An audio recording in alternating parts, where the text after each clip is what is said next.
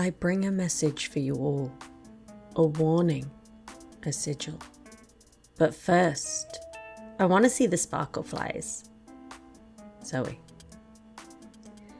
As the embodiment of mischief, imagination and change, Zoe acts as the cosmic messenger of Targon, heralding major events that reshape worlds.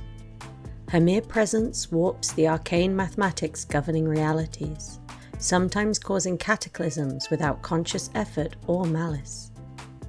This perhaps explains the breezy nonchalance which Zoe approaches her duties, giving her plenty of time to focus on playing games, tricking mortals, or otherwise amusing herself. An encounter with Zoe can be joyous and life-affirming, but it is always more than it appears, and often extremely dangerous. As befits her Targonian aspect's nature, Zoe did not come to the attention of the celestial realm in any traditional way. She didn't win any great victory against overwhelming odds, or sacrifice herself for a noble ideal, or overcome the existential trial of climbing Mount Targon. Instead, Zoe was a normal girl, seemingly chosen at random from among the Rakor. Her teachers reported Zoe to be an imaginative child, but willful, lazy, mischievous, and easily distracted. One day, as she skipped away from her studies of the holy texts to pursue something less boring, she was noticed by the aspect of twilight. It observed as the young girl playfully mocked the angry cries of the scholarly priests chasing her through the village. Then, after an hour-long pursuit, she found herself cornered against the sheer drop of a cliff's edge. Before Zoe's teachers could grab her, the aspect summoned 6 objects in front of her: a bag of gold coins, a sword, a completed study book, a devotion rug, a silk rope, and a toy ball. 5 of these items could have let her flee or otherwise defuse the situation. Zoe chose the 6th option.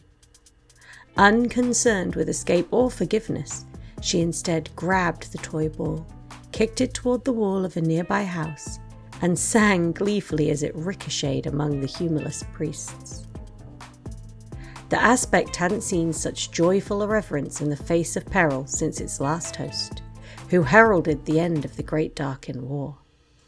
Delighted by Zoe's carefree exuberance, it opened a shimmering portal to the apex of Mount Targon, offering the girl a chance to see the universe. She dived backward into the portal, instantly merging with the aspect, then stuck her tongue out at her dumbfounded teachers as she disappeared. This transcendence was unique. In fact, it was unheard of in all the myths and legends of Targon. Yet Zoe did not trouble herself with why the rules that govern aspects had been changed just for her. She didn't trouble herself with rules at all. Instead, she journeyed to dimensions of reality at the very edge of mortal comprehension, playing with powers seen by few before or since.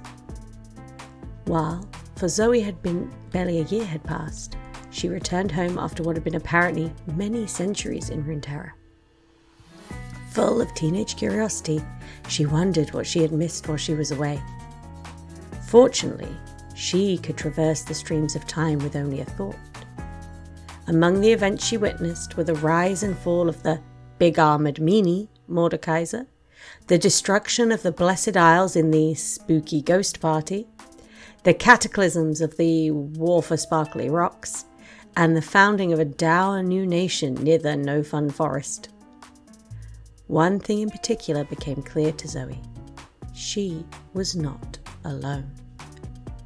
Walking the mortal world were other aspects, in fact more than ever before. More friends for her to meet.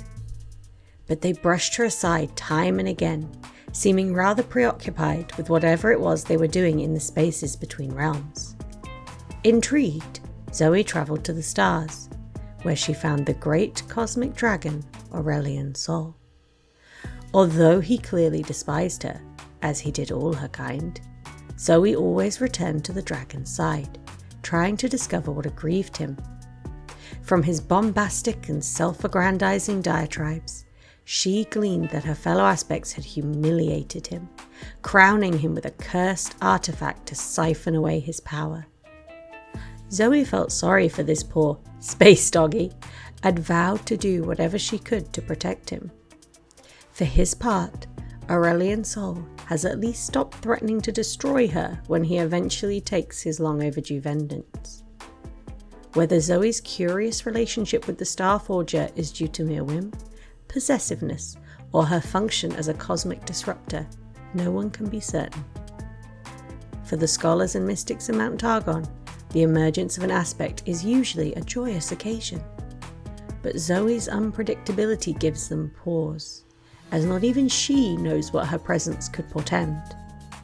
The only certainty is that Runeterra is on the brink of a profound transformation, one that may come at the cost of chaos, destruction, and blood.